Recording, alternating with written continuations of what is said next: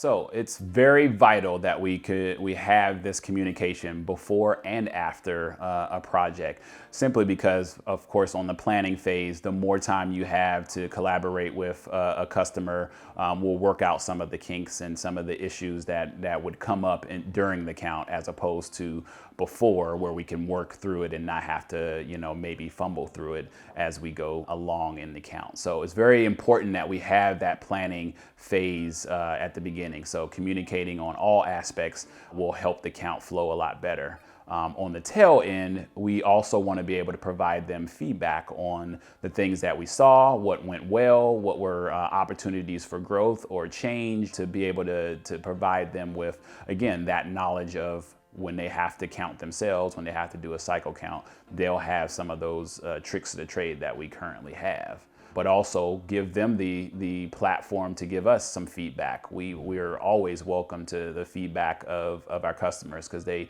can give us some tricks of the trade and things that we can get better at. And we've seen it time and time again. The things that we get back from the customer, we put into place next time the customer experience gets even better. So typically, our sales manager is going to get us the information, the scope. We're going to get all of that in the service agreement that we sign with the customer. That's going to give us the baseline of information that we need. Depending on the complexity, again, could start that process, a month out or a few months out, depending on the severity, the staffing that we need for it. But the soon as we get a service agreement, she's usually passing that on to me to then set up planning meetings and talk through any kind of issues or concerns that we might have, so that way, again, we start as early as possible, give the customer as best a customer experience as we can, and answer any kind of questions they might have. Usually when you come in, they have an idea of how these counts go, and I think we do a great job of debunking some of the, maybe what I would call, the rumors about how a cycle count actually goes.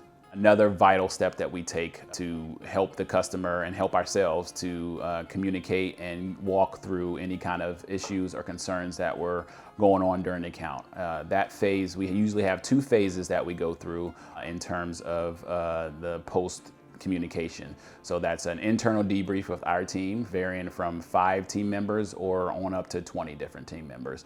We're going to walk through our basic 5 areas of concern or issues that we usually see. It's going to be our inventory control, our operations, our behaviorals, any kind of things that we saw with the team that went on there, and then also looking at safety being the next step, and then our last step, the pre-planning, the sales side of things. We'll walk through all of those areas, make sure we get some pluses and minuses of things that we did well and opportunities for growth, align those, make sure we document those. We'll even provide an actual documented form to the customer, and then make sure that we schedule that with the customer, talk through any kind of angst that they have on an external debrief, usually with the president, myself, and the sales manager, to make sure that we all aligned. There aren't any low-hanging fruit that we need to make sure that we take care of, and we're able to get a full close on that project.